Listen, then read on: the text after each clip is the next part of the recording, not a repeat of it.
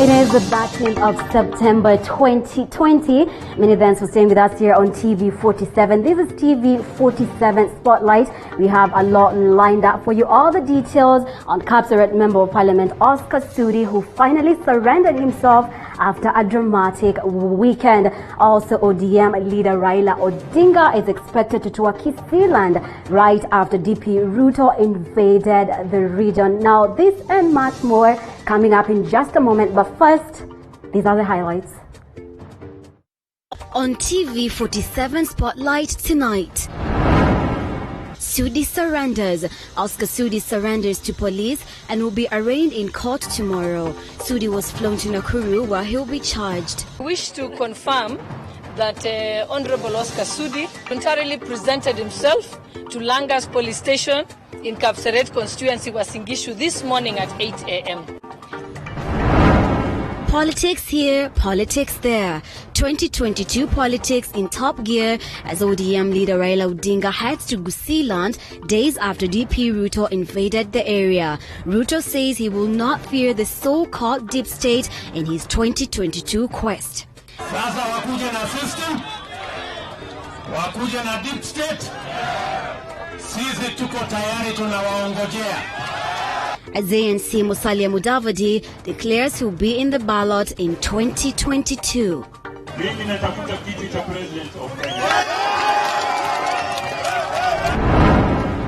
Also tonight, the wrecking puff. We tell you how young and energetic young people are indulging in drugs and substance abuse on our special feature tonight. Service na hizo matap-tap na heroin ndio mwaka wa 16.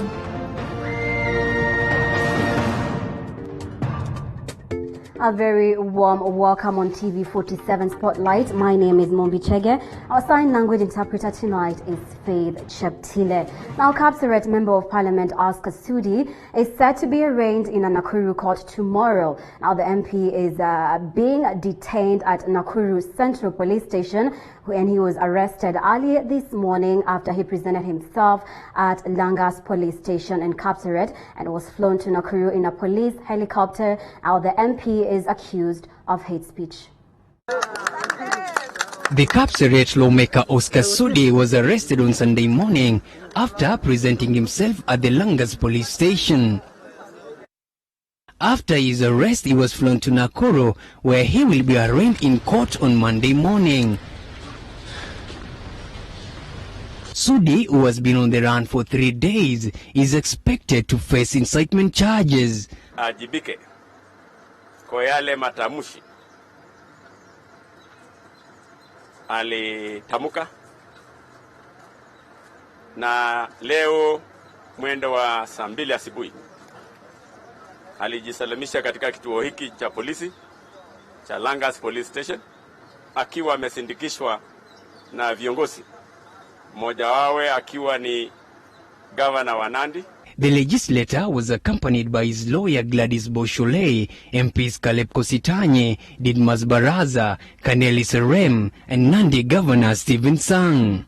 He was later transferred to the National Cohesion and Integration Commission NCIC regional offices in Nakuru for questioning. Upon presenting himself, he was booked at 8 in the morning, which means that he will be presented in court as required by law by at least 9 o'clock tomorrow morning. He's now in police custody at Nakuru Central Police after being flown by police helicopter. First time ever it happened, it's a first. The development came a day after locals blocked roads in Kapseret following plans by police to arrest him. I also want to say that we were very apprehensive in Uasin Gishu County on the Friday night when the police raided Oscar Sudi's home. We thought that that was unprocedural to go in the middle of the night, especially for one who had not received summons or disobeyed summons in the first place. So that is what we took issue with. The arrest of the MP comes after the arrest of Emurwa Dikir MP Joanna Ngeno, who was released on 1 million shilling cash bail. Stephen Kiprop, TV47. Now, ODM leader Raila Odinga is expected to tour Gusii land days after Deputy President William Ruto invaded the area. In what appears to be consolidating their 2022 support, each candidate is now in a race to outsmart the other. Ahead of the polls, the ODM boss has hinted at his 5th attempt in 2022. The Orange Party boss will be heading to Kisii and Nyamira counties just days after the Deputy President William Ruto raided the area. Raila is trying to consolidate his strongholds ahead of the 2022 polls. He has been camping in the coast region for 3 days, one of his perceived strongholds. His tour of the coast region came days after the deputy president, a frontrunner in the 2022 polls, crisscrossed the coastal region, drumming up his 2022 support. The two, Raila and Ruto, have been trying to outshine each other in what appears to be campaign full throttle. Toshi kuchukua wheelbarrow kupatia vijana. Atipatia vijana, patia pikipiki, patia siji baiskeli, patia siji tangi ya maji, hapana. Hiyo sio suluhu. Suluhu ni kuwa ya kwamba serikali ifanye hii kazi. Hebu tuwaonyeshe hasla kwa area. The two have been using religious leaders in their inroads with several meetings in the Gusii and Coast regions. Last week, Ruto held a number of meetings with religious leaders in Gusii land, during which his allies claimed that the DP had invaded Raila strongholds. Wanakuwa wanasema hatuwezi mama hapa, wako wapi sasa? Wako hapa? Sasa wakuja na system, wakuja na deep state. Sisi tuko tayari, tunawaongojea. Ruto was at the Kitengela Methodist Church in Kajiado Sunday, where he held roadside rallies accompanied by 21 members of parliament. Watapatana na mimi. Raila, who is pushing for BBI, says the initiative is meant to benefit all Kenyans, while DP Ruto says BBI is covering up politicians' real intentions. Meanwhile, ANC party leader Musalia Mudavadi has announced he will not back any other candidate in 2022. Mudavadi says he has sacrificed for long and time is ripe for his candidature to be supported. He was speaking in Maraba, Kakamega County after attending a church service accompanied by a section of his party members. Na mimi nataka niambie wale wanatembea, kama ni Ruto, kama ni Raila, kama ni nani, mujitayarishe, kwa sababu hata mimi najitayarisha.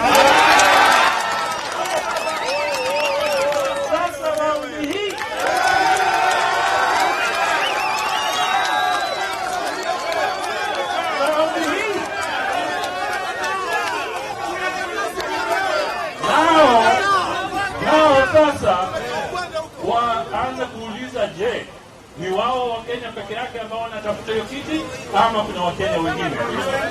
Kuna jamaa wawili wanatembea hapa Western.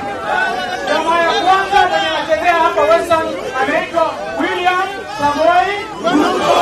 Jamaa ya pili anatembea hapa Western anaitwa Raila Amolo Odinga. Hao watu nawaambia, Western is not my dancing, it's for dancing, free for you. And Wiper Party is opposed to the proposal to have a third-tier government structure under the Building Bridges Initiative, BBI. Now, the Kalonzo Musyoka-led party, which is planning for nationwide tours of popularizing BBI, is pushing for the strengthening of devolution. ANC party leader Musalia Mudavadi is, however, questioning the constitutional amendment process ahead of the 2022 transition. Mutanipa Wiper. Wiper. I'm going to give you a new normal.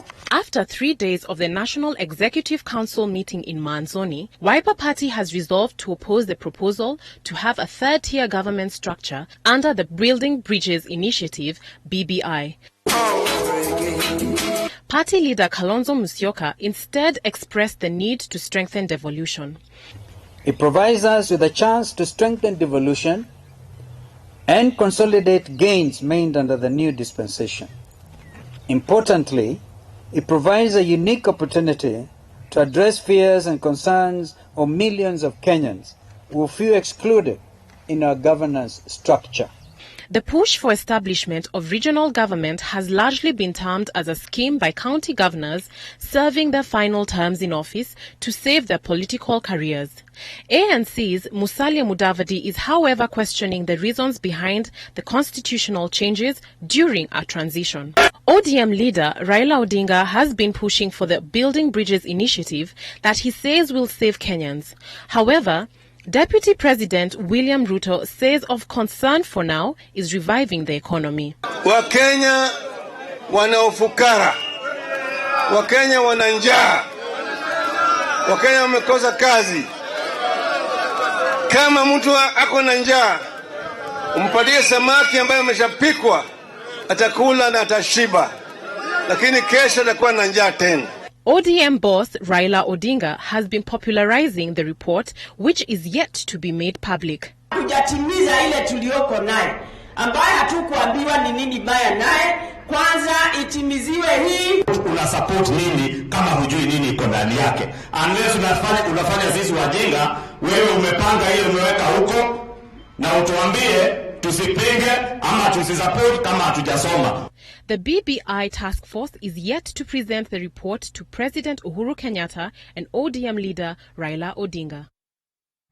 Now, Nairobi Governor Mike Sonko will be charged afresh tomorrow after the Directorate of Public Prosecution amended the charge sheet to include an abuse of office charge. Now, in the amended charge sheet, it is alleged that in January this year, the governor abused his office by improperly conferring a benefit to himself by demanding 10 million shillings from Web Tribe Limited through rogue security order to facilitate payments by the county government. Sonko is facing economic crimes, unlawful acquisition of property, and irregular payment charges.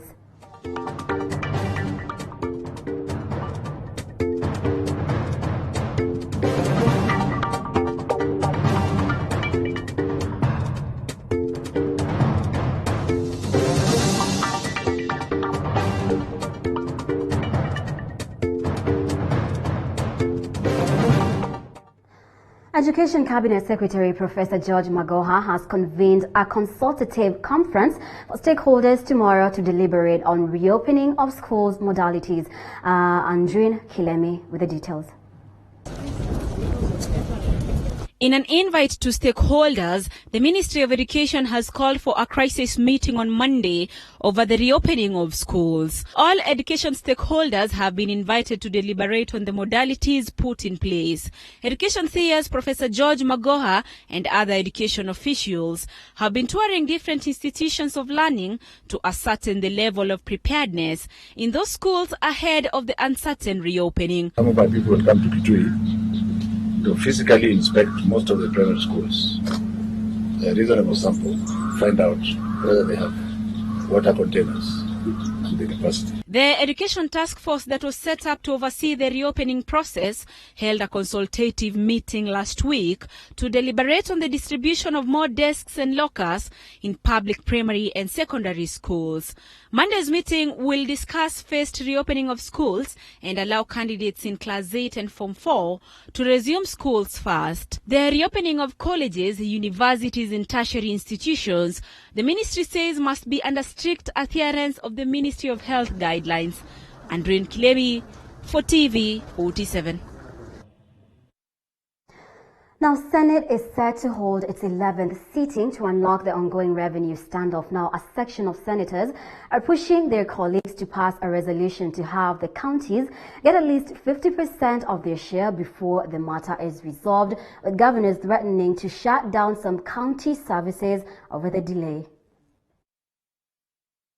The 12-member Select Committee is expected to brief senators on its recommendations on the standoff that has derailed services at the devolved units. The meeting comes ahead of a formal special sitting on Tuesday to deliberate on the matter. This being the 11th sitting after the House failed to agree on the revenue formula in sharing 316.5 billion shillings among the 47 counties. A section of senators now saying they'll vote for the disbursement of at least 50% of their allocation to the counties before the matter is fully resolved. The Constitution and the law provide that counties can access and it should be accorded at least 50% of the funds that were accorded in the last financial year.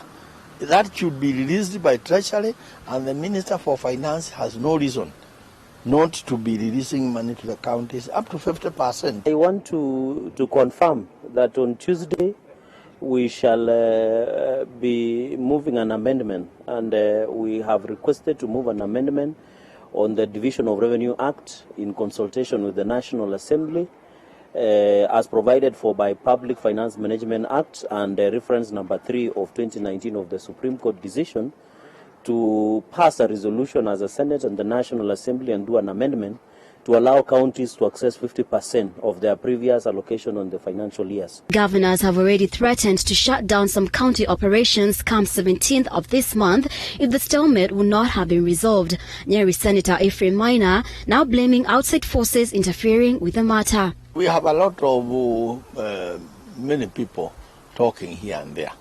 The people who should rightly talk on this subject of sharing resources are the senators, and it is the Senate. And I would beseech other people to leave this matter to the Senate. The Select Committee is said to have failed to reach a consensus on the stalemate. Many thanks for staying with us here on TV47 Spotlight. Let's take a quick breather. We'll be back with more, but first let's take a look at the COVID-19 numbers in the country.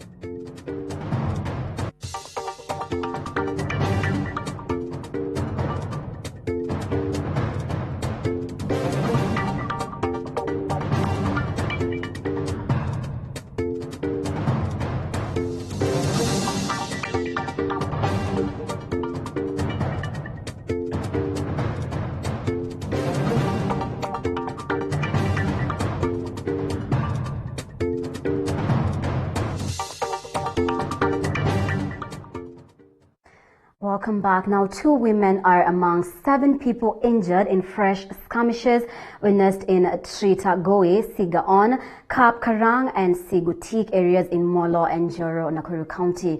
Now, several houses are said to have been torched during the Saturday night and Sunday morning attacks. Security officers have been dispatched in the area to quell tensions. Now, those who were injured are nursing injuries at Nakuru Hospital. Earlier attacks left at least 5 people dead and more than 20 injured.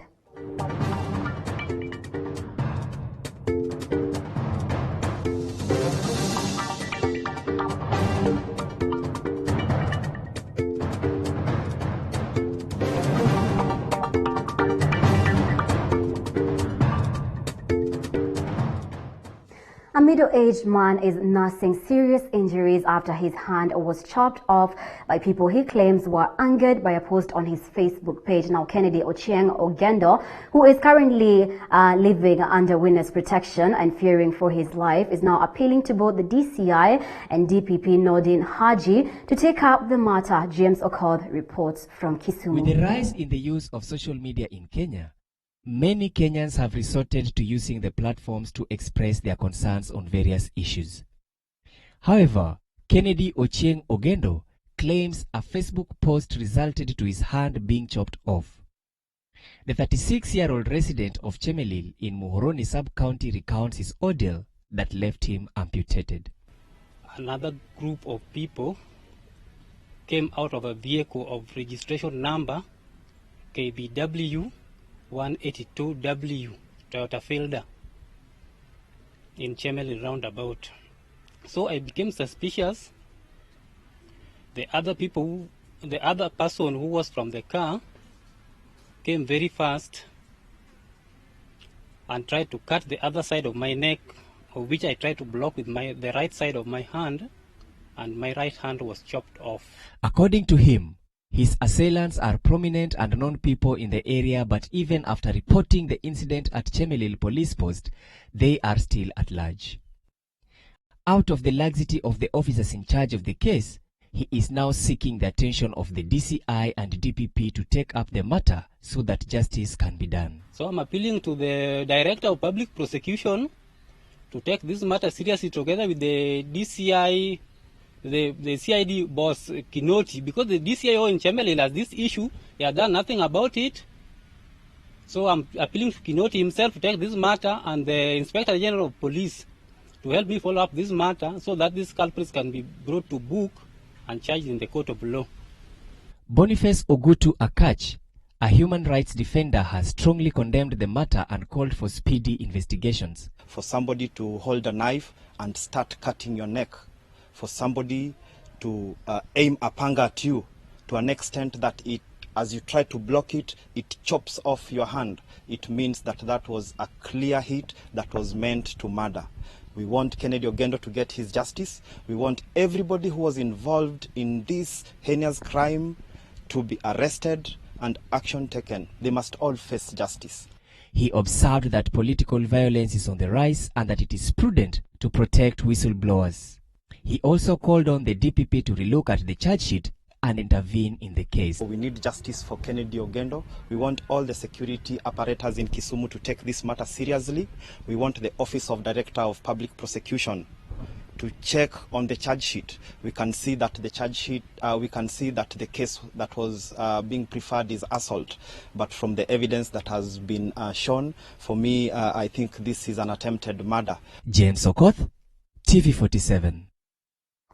Now, at least 80,000 residents of Kikuyu, Kiambu County are set to benefit from a construction of a modern sewer line in the area. Speaking during the inspection of the project, Water Cabinet Secretary Cecily Kariuki noted that the construction of the sewer line will ensure equitable sanitation and hygiene. Lynette Gidua reports.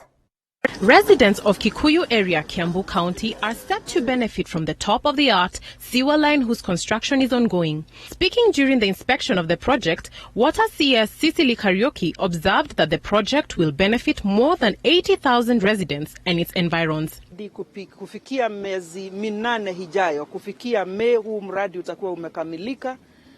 Contractor, Athi Water, ambao wameajiri contractor, nimewaambia ya kwamba huu mradi hakuna kusukuma muda, kwa vile wakaaji wa hapa ni mradi utawasaidia vikubwa, ikiwapo population, wale watu wanaishi kufanya Nairobi na kwengine maeneo karibu hapa wanaishi hapa. Kwa hivyo ni mradi uko na umuhimu sana kimaendeleo. Ni mradi pia utasaidia biashara kuenea kwa hii eneo ya Kikuyu.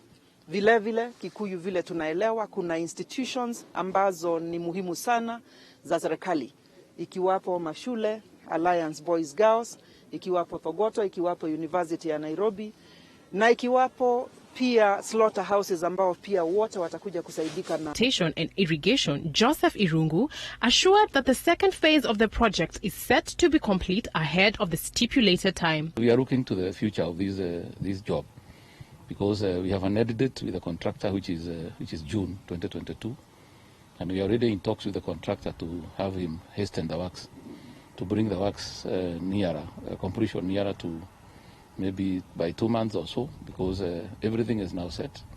We have the requisite resources, we have the goodwill of the people. They have allowed us to get into the RAD, and therefore we think this project can be finished maybe 2 or 3 months ahead of the scheduled June 2022.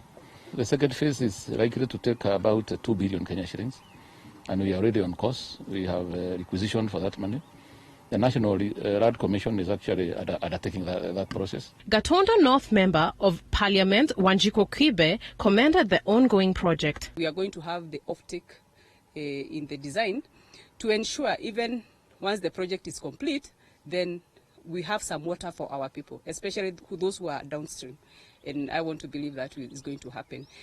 We are also very happy because there is a consideration through the Office of the PS for an irrigation project, again to support our people. The project will cost approximately 23.6 billion shillings and is expected to serve an additional 850,000 people in Ruiru, Juja, and parts of Nairobi. Lynette Gidua, TV47.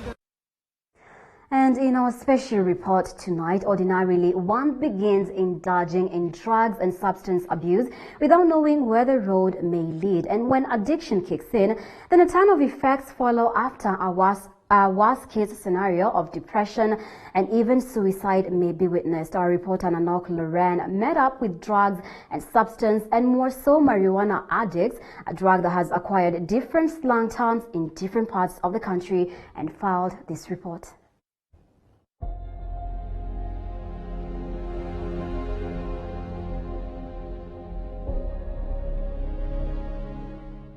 According to a survey conducted last year by the National Authority for Campaign Against Alcohol and Drug Abuse, NACADA, 14% of youth below the age of 18 have attempted to use or are actively using the marijuana drug, leaving this particular age group at a risk that is 4 times higher of getting addicted to the drug. People who start using drugs at an early age, and in this case we're talking about marijuana, they are likely to, their chances to be addicted are 4 times higher than people who are above the age of 24. Marijuana is classified as a psychoactive substance.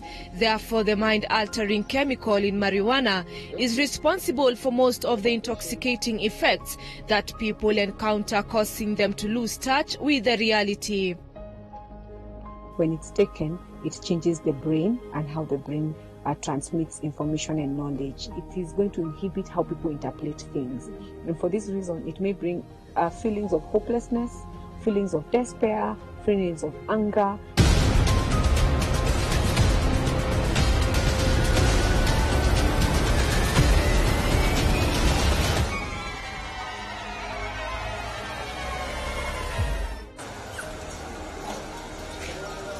"20 years ago, Nancy Mukami, not her real name, indulged in marijuana, and not only marijuana but also heroin and other kinds of drugs on the side." Kesi yangu ni heroin, marijuana na matap-tap na roara. Ma-white, ma-cosmos hizi za wazimu. Chavis na hizo matap-tap na heroin ndio mwaka wa 16 lakini sasa marijuana 20 years. And little by little, as she gradually became an addict, 20 shillings will quench her thirst for the drug because, as she says, marijuana has become easily accessible in areas like Kangemi, Dagoretti, among others. Unajua den ni nini? Den ni mahali mnakuja mnakutana, saa mnanunua mkitumia. Okay, Ndonyo, Kawangware, Kangemi, Isiri, still kuna ghetto, Kibira. Juu saa siku hizi marijuana imekuwa ni aina mbili. Kuna loko, yani nimekwambia ni 20, 350, nona. Nayo hii ingine inaitwa shashamari. Ni aina tu ya marijuana, lakini iko costly azin. Hakuna ya 10, 20, ni ya kutoka 50 na 100. When a marijuana addict falls into this trap, then a number of effects follow. John Mbogwa, who was once in this trap, says, without a puff, one cannot perform a simple task, such as eating or even taking a bath. It's like a habit. Umezoea, depend kwa bangi, kwa lazima kani chai uwezi tumia vile. Chai uwezi asubuhi kuamka hivi kauja vuta bangi. Kani food, yani una hata appetite, lazima uvute bangi ndio ukule food. Kani kulala, lazima uvute bangi ndio upate usingizi. Hata kupiga shawa tu yenyewe, lazima uvute bangi, ama ukue uko nayo iko kando, ukipiga shawa juu itatoa ile uliko umevuta ndio uvute saurudi. Hizo ndio nini za bangi. On the other hand, Agnes Nduta, again not her real name, encountered marijuana for the first time while residing in the streets of Nairobi at the age of 18. 3 years later, the effects of this nightmare, she says, have manifested. Sahi, niko na 21 years, lakini nilianza nikiwa 18 years. Juu kulingana venye mimi nimelelewa kwa street. Reason ya nitume niingie kwa hizi ni kutembea na company, yani nakuwa sina mzazi yako karibu anaweza niongelesha at least. Sajua hiyo street unajikuta ushakuwa addict. She narrates that her unmanageable temper and anger episodes have brought thoughts of deserting her child. Mimi ni addict. Kama asubuhi sijatumia, hata mtoto siwezi mbaia kitu anaweza kula. Sengine huwa nasikia hata kama huyu mtoto anaweza mtupa, lakini naona si vizuri na si kupenda kulingana venye situation iko.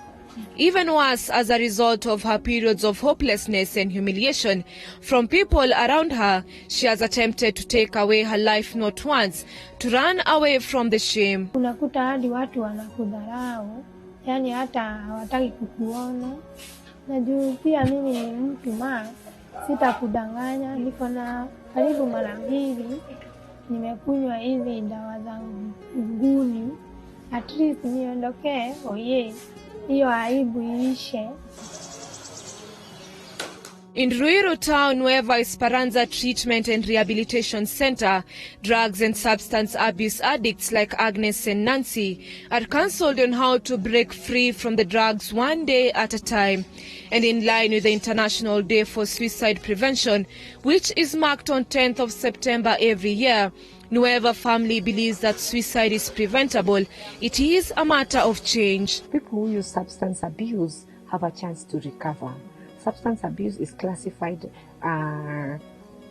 like any other mental illness. So with the proper form of treatment, from a proper form of rehabilitation, then chances of regaining their life is there. And as Daniel Mugendi recounts his life as an addict as well, his anger could not be contained. But a day after another, he slowly got back on track. And now he can put on a smile once more as he marks 4 years of sobriety away from marijuana and other drugs. It's a journey that you have to work a day at a time. And actually, even I don't count the days that I'm sober or the day that I have been clean. it's a matter of living that day. And that is the day that I actually work with, because that is what I have. Those 4 years, maybe I don't have them. What I have is today. So my philosophy, or I would call it my mantra, is to work that day. This is a clear demonstration that even after sinking into drug addiction, there is an alternative to solving the problem. Indeed, effects of marijuana, pot, Mary Jane, name it, can lead to life turning out to be unbearable to a point of no return like suicide. But as they say, a chance to change is given to all. It's just a matter of the mind. Nano Cloren, TV47.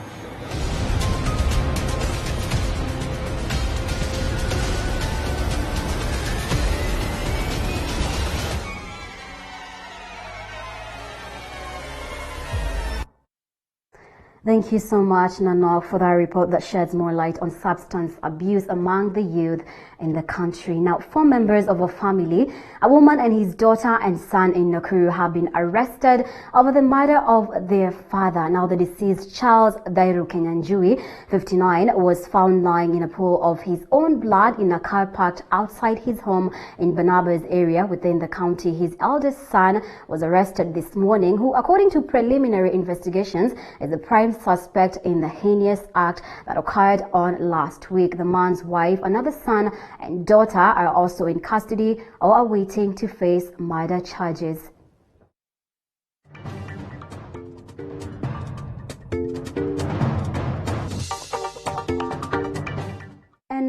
Kanji village in Butere sub-county is mourning the death of 2 minors after they were carried away by raging waters of River Lusumo. Now, the duo, who are grade 3 and a class 8 pupil, are reported to have gone on a swimming escapade before they drowned. Efforts to retrieve their bodies has been futile due to the heavy downfall experienced in the region. Sasa nitakuwa namna gani? Naomba serikali wakusaidie mbunge wetu akusaidie, mzie akusaidie. Na hii visa ni nyingi, tukihesabu wamepita hata watu 10. Serikali itusaidie kwa sababu penye tumesimama hapa taracha ilikuwa hatuwezi fuka ng'ambo, wa ng'ambo hawezi fuka huku. Hata watoto wanaogelea tu, nikiona mpaka roho yangu inalia. Hata wameleta kitu ingine ateliaro, wengine hatuingii ndani ya hiyo kitu, tumeokopa. Quite an unfortunate event there, or incident there. Many thanks for staying with us here on TV47 Spotlight. Let's take another short breather. We'll be back with more, including the sports news.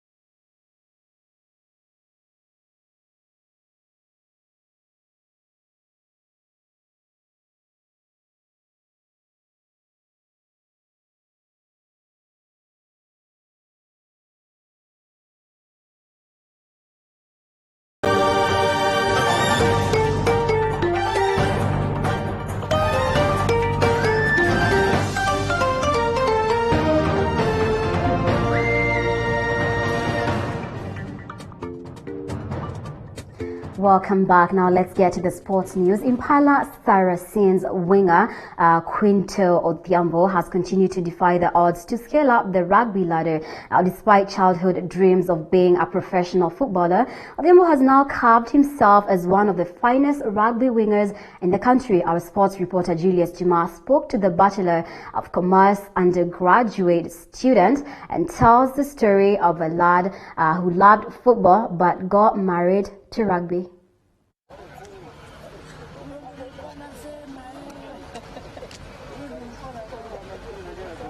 A journey that buried its umbilical cord in Cardinal Otungo High School in Kisii County, the year 2010, turning out for both the 7th and 15th sides before Maseno School lured him away in the penultimate months of the year. This is a story of Quinto Odhiambo, the Impala Saracens Specie right winger. So rugby aliniita ku try out, so hiyo mwaka kina Jacob Oje, the previous Kenya Sevens captain, alipotoka, walipokuwa wanatoka, wakaniambia the incoming team wakaniambia niwasaidie kwa sababu na numbers, niende niwasaidie hizo incoming outgoing. So nika try out, wakasema niko sawa pale wing cause nilikuwa mtu anaweza kimbia, mtu ana mbio. The Oyugis born rugbyer having his best of times at Maseno School, bagging numerous individual awards before signing up for Kenya Cup side Impala Saracens. After break ilipoisha, mimi nilielekea Maseno. So inamaanisha vitu zangu zilikuwa Cardinals zilibaki, sijaichukua hadi wa leo. So bado ziko pale, maybe one day nitaziendea. So nikajoin Maseno School, maisha yangu ya rugby ikaanzia pale. Because as you know, Maseno ni powerhouse ya rugby. Nilimaliza high school, Nick Abok alikuwa coach at Impala, he's a former Maseno old boy. Akanipigia simu akaniambia kuja Nairobi, kwa uko na mtu unaweza ishi naye Nairobi, kuja Nairobi ucheze rugby. Surprisingly, the diminutive winger could now be turning out for a football side. So talented and ambitious he is that Kenyan Premier League champions Gor Mahia came seeking his services without much success. Gor Mahia walikuwa wanafanya tour zao, they are scouting players. So one of their scouts wakatupata, mimi na Boniface Omondi, alikuwa Gor, sasa ameenda Wazito. Mimi na Boni tukaambiwa tulimaliza tu mechi hivi, wakatuambia wakati itakando, wakatuambia niaje tunaweza taka mjaribu na Gor. Akatupatia hela za transport na a bit of accommodation. So mimi nilichukua part of that money nikapatia Boniface, nikamwambia all the best brother.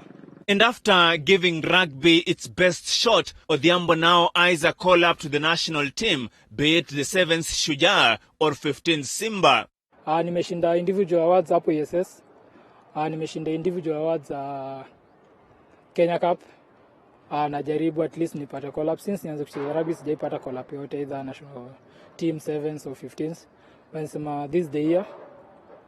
So I'm giving it all. The pacey winger continues to juggle between field and class, set to graduate with the Bachelor of Commerce from Daystar University, highlighting the need of studies among sports persons. As an individual, lazima ujijue.